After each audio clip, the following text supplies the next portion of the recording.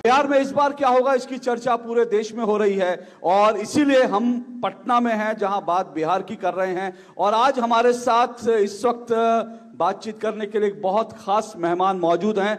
आइए परिचय करवा देते हैं और जोरदार तालियों से स्वागत करिए दीपांकर भट्टाचार्य जी। दीपांकर भट्टाचार्य जी महासचिव हैं भाकपा माले के। बहुत बहुत शुक्रिया दीपांकर जी आपका हमारे मंच पर आने के लिए, हमसे चर्चा करने के लिए। दीपांकर भट्टाचार्य जी, और लेफ्ट की जब अगर बात करते हैं तो बिहार में वो एक बड़ा फैक्टर होते हैं, इसलिए आज दीपांकर जी से हम बात करेंगे, बिहार की बात करेंगे, देश की बात करेंगे। लेकिन उससे पहले दीपांकर भट्टाचार्य जी के राजनीतिक सफर पर एक छोटी सी क्लिप है, उसको देख लेते हैं और उसके बाद आज दीपांकर जी से इस चर्चा की शुरुआत करेंगे। बाल सफेद हो गए, दाढ़ी भी आपकी सफेद हो गई, लेकिन सीपीआई-एमएल को आप एक अहम पड़ाव पर ले आए हैं, 12 सीटें।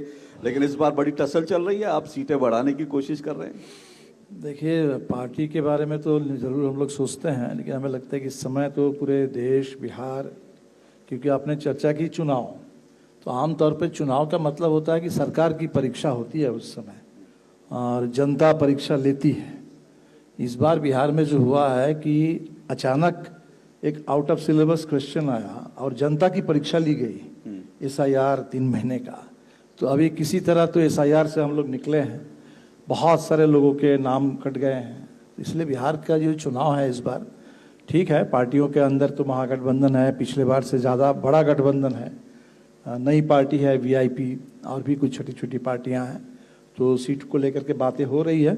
लेकिन चुनाव तो मेरे ख्याल से बहुत महत्वपूर्ण है कि जो एसआईआर जो हुआ ये बिहार से शुरू हो रहा है और पूरे देश में होने वाला है। और हमारा जो अनुभव है, जिसको लेकर हम लोग सुप्रीम कोर्ट में भी गए थे, कि एसआईआर जो है हमारे संविधान जिस पर आधारित है, यूनिवर्सल एडल्ट फ्रेंचाइज, बाबा साहब ने जो कहा था कि इस देश में और कोई बराबरी हो चाहे ना हो, सामाजिक आर्थिक बराबरी है नहीं, लेकिन चुनाव में एक वोट की बराबरी, इसको हम लोग सुनिश्चित करेंगे। और वो बराबरी आज खतरे में है। तो इसलिए वो एक तरह से संविधान के लिए भी मैं मानता हूं कि बहुत एक खतरनाक संकेत है, एक नई शुरुआत है। और शायद इस दिशा में अगर देश बढ़ जाएगा तो जो कम से कम चुनावी लोकतंत्र एक होता था, उस लोकतंत्र पर भी आज बड़ा खतरा है इस देश। तो मतलब आप मानते हैं कि एसआईआर बिहार चुनाव में एक बड़ा मुद्दा रहेगा? बड़ा मुद्दा तो है ऑलरेडी। आप देख लीजिए, करीब 69 लाख लोगों के नाम काटे गए और 69 लाख जो एग्जिस्टिंग नाम थे उनको, और जो पोटेंशियली अगर आप सोचेंगे कि बिहार की जो अभी आबादी है उस हिसाब से करीब 8.25 करोड़ की मतदाता सूची बननी चाहिए थी, तो लगभग इसमें 80 लाख लोगों के नाम, 10%। तो जहां 10 मतदाता में एक मतदाता का नाम कट जाए, और बिहार से बड़े पैमाने पर लोग पलायन करने के लिए मजबूर हैं, प्रवासी मजदूरों के नाम बहुत कटे, महिलाओं के नाम बहुत ज्यादा कट गए, इसलिए बिहार में तो निश्चित तौर पर एक मुद्दा है। लेकिन जिनका नाम बचा भी है, जो जिनका बच भी गया, वो भी लड़ाई के चलते ही बचा। सुप्रीम कोर्ट ने कहा कि नहीं, आधार को मानना पड़ेगा। चुनाव आयोग बिल्कुल तैयार नहीं था। चुनाव आयोग तो ये बताने के लिए भी तैयार नहीं था कि किनके नाम हमने काटा है और क्यों काटा है। तो ये पूरे दबाव से ही जो भी चुनाव आयोग से हम लोगों को कुछ आंकड़े मिले, कुछ जानकारी मिली, या आधार को मानने के लिए चुनाव आयोग को मजबूर होना पड़ा, ये सब एक तरह से बिहार के आंदोलन की देन है। लेकिन फिर भी करीब 10% लोगों के नाम नहीं। लेकिन आप जो कह रहे हैं उसमें एक बड़ा फैक्टर ये है कि आपने खुद ही कहा सुप्रीम कोर्ट गए। सुप्रीम कोर्ट का कल ही का एक बयान है, सुप्रीम कोर्ट में ये कहा कि भाई जो एसआईआर करवाना चुनाव आयोग का विशेषाधिकार भी है और उसका जो है अधिकार भी है और इसका एकाधिकार भी है, और अभी तक बहुत कोई बड़ा रिलीफ नहीं मिला। आप लोग रुकवाने गए थे, एसआईआर रोका नहीं। इस देश कोर्ट पर तो भरोसा होना चाहिए। नहीं, भरोसा भी होता है और सच्चाई भी हम लोगों को मालूम है। इसमें समय लगता है। इलेक्टोरल बॉन्ड आया, सब कुछ हो गया, सालों बीतने के बाद सुप्रीम कोर्ट ने कहा कि इलेक्टोरल बॉन्ड जो है अनकॉन्स्टिट्यूशनल है। ये भी आपके सामने है, चंद्रचूड़ साहब के समय में हुआ। तो मुझे लगता है कि अब समय लगता है, अब क्या कहे, अब कुछ समय के बाद शायद वो दिन भी आएगा जब सुप्रीम कोर्ट कहेगा कि उस समय तो बात समझ में नहीं आई, लेकिन ये जो एसआईआर चल रहा है पूरे देश में, ये संविधान सम्मत नहीं है। एक दिन शायद सुप्रीम कोर्ट ये भी कहेगा, तो हम लोग वेट करेंगे कब कहेगा सुप्रीम कोर्ट, हम लोग लड़ेंगे तब तक। चलिए, सुप्रीम कोर्ट के फैसले का इंतजार करते हैं, क्या कुछ सुप्रीम कोर्ट एसआईआर को लेकर कहता है। लेकिन मैं फिर से आता हूं आपके पार्टी के प्रदर्शन पर। पिछली बार बड़ा शानदार प्रदर्शन किया था। हालांकि बहुत सारे यंग अगर जनरेशन को पता नहीं तो उनको मालूम होना चाहिए कि बिहार हमेशा से वामपंथी विचारधारा का एक मजबूत गढ़ रहा। एक समय में 30-35 विधायक वामपंथी जब संयुक्त रूप से लड़ते थे तो उनके इतने विधायक होते थे, विपक्ष का नेता का पद होता था। लेकिन इस बार जो है, क्योंकि पिछली बार आपने 12 सीटें, अच्छा आपका स्ट्राइक रेट था, तो इस बार खबर आ रही है कि आपने 40 सीटों की तैयारी की थी, लेकिन कल जो है वो 40 सीटें मानी नहीं गई। फिर मैं एक अखबार की खबर देख रहा था, उसमें लिखा था कि सीपीआईएमएल के एक नेता ने कहा कि हमारे लिए विकल्प खुले हुए हैं अगर हमें बहुत नीचे लाने की कोशिश हुई। ये सब क्या खींचतान चल रही है क्या? नहीं, मैंने बातचीत में जैसे हमने कहा कि इस बार पहले से बड़ा गठबंधन है, 243 सीट है, तो जाहिर सी बात है कि उसमें पूरे सीट तय होने में थोड़ा सा तो उसमें होता है। तो बातचीत चल रही है, कल भी एक राउंड बैठक और हुई, मेरे ख्याल से आज कल के अंदर कहीं किसी नतीजे पर हम लोग पहुंचेंगे। अच्छा, आपको लगता है कि सब कुछ ठीक ठाक हो जाएगा? अब सब कुछ पूरी तरह ठीक ठाक अगर न भी हो, मोटे तौर पर कम से कम कुछ तो ठीक होगा। All is well that ends well. तो लेकिन क्या विकल्प अभी आपने रखा हुआ है? विकल्प हमारे सामने विकल्प का मतलब क्या? हमारे सामने विकल्प का मतलब ये है, हमारे सामने वो विकल्प तो नहीं है कि एनडीए के साथ कोई चले जाओ। तो इसलिए हमारे सामने मजबूरी में विकल्प यही होगा कि हम तो चाहते हैं कि पूरे देश में एक आज व्यापक गठबंधन बने, और बिहार में इंडिया गठबंधन जो बना है, इसको बनाने के लिए भी हम लोगों ने काफी मेहनत की। हम इस बात को समझते हैं कि बिहार में चाहे कम्युनिस्ट हो, चाहे अम्बेडकरवादी हो, चाहे लोहियावादी हो, चाहे आज गांधी नेहरू को मानने वाले लोग हो, सबका एक बहुत व्यापक गठबंधन चाहिए, जैसा आजादी के आंदोलन के दौर में इस देश में बड़ा गठबंधन बना था। तो हम तो इसके लिए कर रहे हैं। इसके लिए जो एक गिव एंड टेक होता है वो भी हम इसके लिए भी तैयार हैं। लेकिन फिर भी अगर कहीं कोई एक सीमा भी होती है, तो अगर वो सीमा अगर ना हो तो हमारे लिए तब स्वतंत्र होकर के लड़ना, विकल्प का मतलब यही है। मैं वही कह रहा हूँ कि मतलब दो विकल्प है, या तो इंडिया गठबंधन में रहेंगे या स्वतंत्र। बिल्कुल, अगर हमें कोई मजबूर कर देगा, मजबूर कर, कोई भी पार्टी के लिए उनका एक अपना स्वाभिमान भी होता है। और माले बिहार में सबसे गरीबों की पार्टी है, तो मान लीजिए माले के साथ कुछ भी होता है तो लोगों को लगता है कि भाई ये गरीबों के साथ एक अन्याय हो रहा है। गरीबों के साथ अन्याय तो होता ही है, लेकिन अगर गठबंधन में भी कहीं गरीबों के प्रति इस तरह का रुख होगा तो निश्चित तौर पर एक अच्छा तो लोगों को नहीं लगेगा। तो हमें उसका भी ख्याल रखना पड़ता है। स्वाभिमान की जब आप बात करते हैं तो मतलब 19 तो जो खबरें हैं उसमें 19 तो आपको ऑफर की गई हैं, तो स्वाभिमान मतलब कितनी सीटें आपको लगता है कि? नहीं, हमने जो कहा था कि भाई 40 सीट पर हम तैयारी कर रहे हैं, 40 पर हमारे सहयोगी हमारे ऊपर भरोसा कर सकते हैं। दूसरा जो हमने कहा कि पिछली बार जो आपने कहा कि स्ट्राइक रेट अच्छा था, तो सिर्फ 12 जिलों से हम लोग लड़े थे। जिले हैं बिहार में 38, तो बहुत सारे और जिले हैं जहां माले के पास मजबूत आधार है, लंबा आंदोलन है, और माले के वहां से चुनाव लड़ने से फर्क पड़ जाएगा, इंडिया गठबंधन का पूरा प्रदर्शन का स्तर ऊंचा उठेगा। तो वैसे कुछ जिलों से भी हम लड़ना चाहते हैं। मिसाल के तौर पर जैसे गया से हम नहीं लड़े थे, नालंदा से हम अभी लोकसभा लड़े, नालंदा से विधानसभा नहीं लड़े थे, समस्तीपुर से हम लड़े, लेकिन दरभंगा मधुबनी से हम नहीं लड़े थे। तो चाहे या आप पूरब में चले जाए, कटिहार से हमारे कैंडिडेट थे, पूर्णिया से नहीं थे, कोसी के इलाके में बिल्कुल नहीं थे। तो अगर कुछ और जिलों से माले के उम्मीदवार होते हैं तो हमें लगता है कि उसमें एक फर्क पड़ेगा। तो ये हम कोशिश कर रहे हैं कि कुछ ज्यादा जिलों से, और जाहिर सी बात है तब कुछ ज्यादा सीटों पर हमें चुनाव लड़ने का मौका मिले। दीपांकर जी, जैसे मैंने शुरू में ही कहा कि मतलब आप शायद 27 साल से महासचिव हैं पार्टी के, बाल सफेद हो गए, दाढ़ी के बाल सफेद हो गए, बहुत बदलाव आया इस दौर में आपने देखा। लेकिन कुछ लोग कहते हैं ये कैसा बदलाव है कि जिन पार्टियों को आप कल तक बुर्जुआ पार्टी कहते थे, जिस बिहार के जंगल राज के खिलाफ आप लड़ते थे, आपके कॉमरेड चंद्रशेखर जिन्होंने आपके स्तंभ रहे, जिनकी हत्या जो है शहाबुद्दीन के ऊपर आरोप आया, और उन्हीं शहाबुद्दीन की जिंदाबाद बोलने वाले तेजस्वी जी के साथ आज आप बिहार में घूमते हैं, तो ये इतना परिवर्तन है या फिर कहीं समझौता कर लिया? इसको लोग मैंने बखूबी समझते हैं इस बदलाव को, क्योंकि इस देश में एक ऐसी पार्टी आज सत्ता में है, भारतीय जनता पार्टी, जिसके सत्ता में आने के बाद से इस देश में पूरे लोकतंत्र ही असुरक्षित है, संविधान असुरक्षित है। अभी सुप्रीम कोर्ट में जो आपने देखा, आपने कभी सोचा था कि सुप्रीम कोर्ट में चीफ जस्टिस को बिल्कुल तैयारी करके, कई दिनों से चर्चा हो रही है कि भाई चीफ जस्टिस बहुत ज्यादा कुछ बोल रहे हैं, इनके ऐसा कोई सनातनी नहीं है जो इस चीफ जस्टिस को जा करके सबक सिखा सके, और तब तैयारी करके, ठीक जैसे तैयारी करके गांधी की हत्या की गई थी, तो बिल्कुल उसी तरह से सुप्रीम कोर्ट में अगर कोई गैर दलित अगर होते, और जो लोग कह रहे कि हमारे धार्मिक आस्था को कोई और धर्म के लोग अगर कहते कि भाई हमारी धार्मिक आस्था को चोट पहुंची है, तब देश में क्या स्थिति होती। लेकिन ये आज हो रहा है। और ये बौद्ध हैं जो चीफ तो हम कह रहे हैं कि एक मेरा आज उस डिबेट में मैं नहीं जाना चाहता उनका। नहीं, हम ये कह रहे हैं कि जो बदलाव को जो समझना है कि क्यों बिहार में ऐसा करना पड़ रहा है, इस बदलाव को समझने के लिए समझना पड़ेगा कि क्या सुप्रीम कोर्ट में चीफ जस्टिस को कोई हमारी धार्मिक आस्था आहत हुई कह करके कोई जूता मारेगा? क्या आप इसको हिंदुस्तान का एक नॉर्मल सिचुएशन समझते हैं? तो ये एबनॉर्मल आज नॉर्मल बन गया है। तो एबनॉर्मल जहां नॉर्मल बन जाएगा, जहां देश में चुनाव में लड़ने से पहले आपको नागरिकता का सबूत देना पड़ेगा, लोगों के नाम कटे जाएंगे, तो ऐसा एक दौर है। इस दौर में तो हम अकेले लड़ नहीं सकते। तो इसीलिए हमारे सामने तो बिल्कुल जो उपलब्ध पार्टियां हैं इस विचारधारा के खिलाफ लड़ने वाले, आरएसएस का 100 साल पूरा हो रहा है और सब कुछ अभी आरएसएस के हाथ में सत्ता है। तो इसीलिए हमें लगता है कि ये तो सब लोग समझ रहे हैं कि ऐसे दौर में बड़ा मोर्चा चाहिए। आपने चंद्रशेखर का नाम लिया, तो हम आपको यही बताएंगे, चंद्रशेखर हमारे लिए सिर्फ एक नायक थे। तो चंदू जब थे जेएनयू में प्रेसिडेंट थे, उनके भाषणों को उठा के देख लीजिए। उस समय तक वाजपेयी जी की सरकार नहीं बनी थी, लेकिन चंदू की नजर बहुत साफ थी। चंदू को दिख रहा था कि देश अगर इस रास्ते पे बढ़ जाएगा तो इस देश में लोकतंत्र खत्म हो जाएगा, संविधान पर हमला होगा।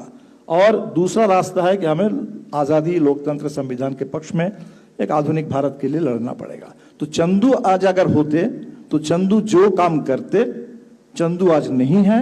हम लोग चंदू के रास्ते पर वही काम बिहार में कर रहे हैं। नहीं, वो आपने ठीक है, वो आपने उनके विजन की बात की, लेकिन आपने कहा चंदू आज होते, पर कॉमरेड चंद्रशेखर आज नहीं है। और वो नहीं है तो वो किस लिए नहीं है? तो जिसके कारण नहीं है जिसके लिए आप लड़ते रहे, वो उसके कारण नहीं है जिनके साथ आज आप खड़े होते हैं। जिसलिए नहीं है तो उस पर हमने उस समय बिल्कुल लड़ा। और जो जिनके ऊपर भी आरोप लगे उनको जेल के अंदर हमने भेजा, वो जेल में गए, उनको सजा मिली और वो आज दुनिया में भी नहीं है। इसलिए ऐसा तो नहीं है कि चंदू की हत्या पर हमने कहीं कोई समझौता किया। किसी भी हत्या पर तो हम समझौता करते नहीं है। लेकिन हमारे लिए चंदू सिर्फ एक विक्टिम नहीं है। चंदू हमारे लिए आज के जमाने, हमारे जमाने के भगत सिंह के उत्तराधिकारी थे। और इसीलिए चंदू हीरो है, एक नायक है। तो चंदू जो करते आज अगर होते, वो तो उसी समय बोल के गए थे कि भाई हम देश को इस दिशा में बढ़ना होगा, आजादी, लोकतंत्र और संविधान की रक्षा के लिए। तो उसी काम को हम लोग कर रहे हैं। तो क्या ये जो बीजेपी से लड़ने के लिए जो आप समझौते किए, क्या इसमें लगता है आपको विचारधारा से कुछ हद तक जो है नहीं, बिल्कुल नहीं। क्योंकि आज हमारे सामने खतरा है कि हमें पीछे धकेलने की कोशिश हो रही है। तो अगर संविधान खतरे में है, लोकतंत्र खतरे में है, तो हम उसके साथ तो समझौता नहीं कर सकते। तो हमें तो आगे बढ़ने के लिए बिल्कुल ये जो पीछे धकेलने वाली ताकतें हैं देश को, तो उससे तो लड़ना ही पड़ेगा। इसलिए हमें लगता है कि इसको बिना लड़े, इसको बाईपास करके हम किसी काल्पनिक दुनिया में तो जी नहीं सकते। किसी काल्पनिक दुनिया में अपने उद्देश्य के लिए लड़ नहीं सकते। आज के दुनिया में लड़ना पड़ेगा। तो आज की दुनिया में जो भी हमारे सामने रुकावट है, मैं मानता हूँ देश के लिए, संविधान के लिए, एक आधुनिक भारत के लिए। भारत में आप समझ लीजिए कि इस देश में विविधता नहीं रहेगी। भाषा, धर्म, जाति के आधार पर जो संविधान में लिखा हुआ है कि इस आधार पर हम तय कर रहे हैं। इसीलिए हमें लगता है कि देश में डेमोक्रेसी की जब बात होगी, न्याय की बात होगी, तो सारी बातें होंगी। और निश्चित तौर पर हम तो देश की एकता के लिए, इस देश में जो भी देश को बांटने वाली ताकतें हैं, भाषा के आधार पर हो, धर्म के आधार पर हो, किसी आधार पर हो, हम उन ताकतों के खिलाफ है। सर, बदलाव तो होता है। आप लोग भी एक समय में चुनाव को मानते नहीं थे। डेमोक्रेसी में आप लोग चुनाव लड़ रहे हैं, वो बदलाव तो हम डेमोक्रेसी हमेशा मानते थे कि भाई डेमोक्रेसी, चुनाव इसलिए नहीं लड़ते थे, हमको लगता था कि चुनाव में गरीबों की कोई सुनवाई नहीं होती। और जब चुनाव भी लड़ना हम इसीलिए शुरू किए कि भाई जो गरीब है, जिनको वोटर लिस्ट में नाम तो था लेकिन वोट डालने का अधिकार नहीं था, तो हम चुनाव में भी आए कि उनको वोट डालने का अधिकार मिले और वो वोट के जरिए अपने मुद्दों को लेकर के आगे लड़ सके, बढ़ सके। तो बिल्कुल हमें लगता है कि आरएसएस में कोई बदलाव नहीं आया। बदलाव सिर्फ इतना आया कि आज उनके हाथ में सत्ता आ गई और सत्ता में आकर के वो वही काम कर रहे हैं, जब सत्ता नहीं थी तब जो काम कर रहे थे वही काम कर रहे हैं। इसलिए ये बहुत लोकतंत्र के खिलाफ एक बड़ी साजिश वाली स्थिति है आज। इसलिए हमें लगता है कि इस खतरे को तो हम तो बिल्कुल कम करके कभी नहीं आंक सकते। लेकिन कॉमरेड चंद्रशेखर की जो है आत्मा आज दुखी होती होगी आप? नहीं, बिल्कुल नहीं। हमें लगता है कि उनको तो तसल्ली हो रही होगी कि हमारी पार्टी में हम छोड़ के जाए थे और लोग बिल्कुल सही रास्ते पर चल रहे हैं। क्योंकि चंदू ऐसे छात्र नेता थे जो जिस समय तक एनडीए की सरकार नहीं बनी थी, वाजपेयी नहीं आए थे, तब तक गुजरात जनसंघर्ष नहीं हुआ था। उस दौर में हमारे चंद्रशेखर ने कहा कि भारत एक ऐसे दोराहे पर है, एक रास्ता जाता है हिंदू राष्ट्र की ओर, अगर हिंदू राष्ट्र बनेगा तो जो अंबेडकर ने कहा था कि वो देश के लिए सबसे बड़ी कैलामिटी साबित होने वाली है, तो चंदू भी यही कह रहे थे। और एक रास्ता है संविधान की रक्षा करने के लिए, आज़ादी, लोकतंत्र, भारत की विरासत की रक्षा के लिए। चंदू उस समय अपने मित्रों से आह्वान कर रहे थे कि हिंदुस्तान को बचाना है, तो इसीलिए आज चंदू हमारे बीच में नहीं है। जिन दो रास्तों की आपने दीपांकर जी बात की, उसमें से मान लीजिए कि जो उन कॉमरेड चंद्रशेखर की हत्या तो उन लोगों ने की, दूसरी विचारधारा ने, जिन लोगों ने भी की वो हम उनके खिलाफ लड़े, उनको जेल के अंदर भेजना, उनको सजा दिलाना, ये पूरा काम हमने किया। तो चंदू एक जहां तक एक विक्टिम थे और उनको जस्टिस चाहिए था, उसके लिए हम लड़े। लेकिन चंदू हमारे लिए सिर्फ विक्टिम नहीं, चंदू हमारे लिए एक आइकॉन है, एक इंस्पायरिंग लीडर है उसके लिए। तो चंदू आज अगर होते तो जो काम करते हम लोग बिहार में उन्हीं के रास्ते पर उसी काम को कर रहे हैं। शहाबुद्दीन जिंदाबाद के नारे लगते हैं तो तकलीफ होती है आपको, जब तेजस्वी यादव खुद लगाते हैं शहाबुद्दीन जिंदाबाद? अरे इस देश में शहाबुद्दीन जिंदाबाद कौन सी बात है? गोडसे को जिंदाबाद करने वाले, गोडसे की मूर्ति बनाने वाले, करने वाले लोग अब आ गए हैं, उसमें शहाबुद्दीन तो कुछ भी नहीं है। इस देश में जो देश का सबसे पहला आतंकवादी हत्या जिसमें महात्मा गांधी को शहीद होना पड़ा, उनके महिमा मंडन करने वाले जब लोग आ गए तो वहां शहाबुद्दीन तो कुछ भी नहीं है उनके आगे। तो वो मतलब आप उस दौर से निकल गए, आप उस चीज से ऊपर उठ गए? नहीं, हम तो देखिए इतिहास में तो कोई जीते नहीं है ना, वर्तमान में जीते हैं। हम इतिहास के कैदी नहीं हो सकते हैं। इतिहास से सबक लेते हैं, इतिहास से ऊर्जा लेते हैं और इतिहास से सबक लेकर, ऊर्जा लेकर के आज की लड़ाई लड़ते हैं ताकि हमारा भविष्य बेहतर हो। दीपांकर जी, इस चुनाव के संदर्भ में मतलब जाहिर सी बात है कि इस चुनाव में आपकी पार्टी का जो रोल है वो इंडिया गठबंधन जो आपका है उसको मजबूत बनाने का रोल है, आपकी भूमिका इस तरह की है। लेकिन क्या आपको लगता है कि ये गठबंधन में जितनी पार्टियां हैं और जो अलग अलग विचारधारा है, क्या वो एक अड़चन हो सकती है? नहीं, अलग अलग विचारधारा को लेकर ही तो गठबंधन बनेगा। एक ही विचारधारा है तो एक ही पार्टी बन जाएगी। तो अलग अलग विचारधारा के लोग, लेकिन संविधान के सवाल पर, डेमोक्रेसी के सवाल पर, और बिहार में पिछले 20 साल से देखिए नीतीश जी को काफी मौका मिला, विकास विकास करते रहे। आज बिहार में सबसे ज्यादा गरीबी, सबसे ज्यादा पलायन, सबसे ज्यादा माइक्रो फाइनेंस की कंपनियों का आतंक, कर्ज का बोझ, और सुशासन की बात करते थे तो सबसे ज्यादा अपराधियों का राज आ गया है। तो इसलिए बिहार में हमें लगता है कि गठबंधन तो जरूरी है। ये एक तरीके से वक्त की मांग है और हमें लगता है कि पिछले 2020 के चुनाव में ही, उस समय तो इंडिया गठबंधन नहीं था, महागठबंधन था, और जब लोग उम्मीद नहीं कर रहे थे कि महागठबंधन कोई मजबूत विपक्ष के रूप में भी उभर पाएगा, तो अब लगभग महागठबंधन की सरकार बिहार के लोगों ने बना दी थी। तो हम उम्मीद करेंगे इस बार वो काम पूरा हो जाएगा। और जब आप गठबंधन की बात करते हैं तो वो तो चलिए समझ में आता है, अलग अलग पार्टियां, लेकिन साथ साथ एक चिंता ये भी होती है कि जो आपको अगर लगता है खतरे इतने बड़े हैं तो जो वामपंथी पार्टियां हैं बिहार की, उनकी एकता के ऊपर क्यों काम नहीं हो रहा? आप लोग एक जमाने में एक नहीं, तो उनकी एकता उनसे बड़ी एकता है, वो एकता में है ही। सारे बिहार के वामपंथी दल इसी गठबंधन में है। 3 अलग अलग पार्टियों की जरूरत क्या है? ठीक है, 3 अलग अलग पार्टी होगी तो 100 साल से अलग, 100 साल पहले एक ही पार्टी थी, 3 अलग पार्टी है, कोई बात नहीं है। लेकिन एक ही विचारधारा लेकर के एक ही रास्ते पर है, सभी वाम दल एक साथ है। और ये वाम सिर्फ नहीं, उसके साथ साथ और भी लोकतांत्रिक ताकतों को लेकर के बड़ा गठबंधन है। सर, जब आप लोकतांत्रिक ताकतों की बात करते हैं तो एक चिंता जो है बहुत सारे लोगों को हो रही है, वो ये कि दिल्ली में अभी एक प्रदर्शन हुआ था, आपकी स्टूडेंट विंग है आयसा, और आयसा ने एक प्रदर्शन किया था दिल्ली में। 17 साल पहले एक एनकाउंटर हुआ था, बाटला हाउस एनकाउंटर, बड़ा विवादित रहा था। उसमें जो आतंकवादी इंडियन मुजाहिदीन के मारे गए हम वही कह रहे हैं कि उनके लिए आपकी आयसा जो प्रदर्शन कर रही थी, आपने एक शब्द व्यवहार किया, बड़े विवादित था। तो बड़े विवादित था तो आज भी हमारे लिए विवादित है। आप जिनको आतंकवादी मान लेते हैं कि आतंकवादी की हत्या हो गई, हम मान लीजिए लोग कहेंगे कि नहीं, अगर कोई कहेगा कि फर्जी मुठभेड़ था, एक छात्र की हत्या हुई, नौजवान की हत्या हुई, कुछ लोगों के लिए हो सकता है कि बाबरी मस्जिद को गिरा देना ये बिल्कुल सही काम हुआ, हमारे लिए नहीं है, वो सही काम नहीं हुआ। तो इसके लिए लोग बोलेंगे कि इस पे लोग बोलते रहेंगे इस देश के अंदर। इससे कोई कोर्ट में गया, उसमें अदालत होगा तो कोर्ट ने तो कह दिया और अभी तो हमारे चंद्रचूड़ साहब ने जो अपना जजमेंट उनका लिखा हुआ था बाबरी मस्जिद पर, उससे भी हट करके उन्होंने बाबरी मस्जिद पर क्या कुछ ना कह दिया। तो कोर्ट वाले बोलते रहेंगे, लेकिन हमें नहीं लगता है कि कोर्ट नहीं, जनता है, इतिहास है, और समय के साथ लोग बोलते रहेंगे, इससे कोई फर्क नहीं पड़ेगा। ये बात जान लीजिए कि हिंदुस्तान में आज जो भी बिखराव की ताकतें हैं, देश अगर टूटेगा तो इसी पर टूटेगा कि इस देश में कोई किसी एक धर्म का बोलबाला स्थापित करने की कोशिश करेगा तो देश टूटेगा। जिस आधार पर पाकिस्तान टूटा, बांग्लादेश अलग हुआ, अगर हिंदुस्तान में किसी एक भाषा को, किसी एक धर्म को, किसी एक जाति को, किसी एक विचार को थोपने की कोशिश होगी तो देश कमजोर हो जाएगा, टूटेगा। और हम इसके खिलाफ इस देश में व्यापकता, विविधता, उसको लेकर के सबकी बराबरी, किसी के साथ भेदभाव नहीं, इसी के आधार पर देश को एकता रखना। एक आखिरी बात की, जाहिर सी बात है जो है देश को मजबूत रहना चाहिए और देश में किसी एक धर्म का बोलबाला नहीं होना चाहिए, लेकिन देश में आतंकवाद से भी तो लड़ना होगा। बिल्कुल, वो आतंकवादी चाहे अभी तो जवाब तो सरकार को देना है ना कि भाई आतंकवाद से तो देश लड़ रहा है, लेकिन कहां से पहलगाम में आतंकवादी आ गए, क्यों आ गए, उस समय कोई सुरक्षा क्यों नहीं थी। तो आतंकवाद से लड़ना तो देश की सरकार को भी जवाब देना होगा। अभी कहते हैं कि घुसपैठी, बिहार में एक भी घुसपैठी नहीं मिले, बड़े आराम से घुसपैठी घुसपैठी कहते हैं। अगर घुसपैठ भी कहीं हो रहा है, उसको रोकने की भी तो जिम्मेदारी सरकार की है।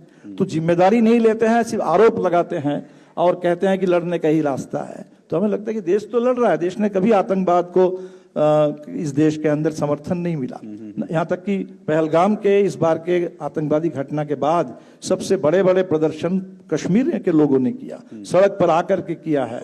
बिल्कुल, तो हमें लगता है कि देश तो आतंकवाद का साथ नहीं दे रहा है। चलिए एक आखिरी सवाल दीपांकर जी, इस चुनाव में क्या लगता है क्या कुछ हो सकता है बिहार में, क्या आप उम्मीद कर रहे हैं? हम तो उम्मीद कर रहे हैं, देखिए 2020 में ही बिहार ने इशारा कर दिया था। 20 में तो कोरोना काल का बड़ा कठिन चुनाव था, कोरोना काल का पहला चुनाव था, और उस समय तो 19 के लोकसभा चुनाव में 39-1 था। तो एनडीए वालों को लग रहा था कि बिहार में कोई विपक्ष ही नहीं है। वैसे चुनाव में बिहार ने बताया कि विपक्ष नहीं, बिहार में विकल्प है, विकल्प है, और बिहार विकल्प चाहता है, बस कुछ सीटों के चलते हम लोग रह गए थे। तो जो इशारा बिहार ने किया था 2020 में, वो इस बार बिल्कुल साफ जनादेश के साथ, स्पष्ट जनादेश के साथ एनडीए के खिलाफ इंडिया गठबंधन की सरकार बने, हमें तो यही उम्मीद है। चलिए बहुत बहुत शुभकामनाएं आपको दीपांकर जी, आप आए, डीडी न्यूज का मंच शेयर किया, बहुत जोरदार तालियों के साथ नमस्कार दीपांकर जी को शुक्रिया करें, बहुत बहुत आभार सर, थैंक यू।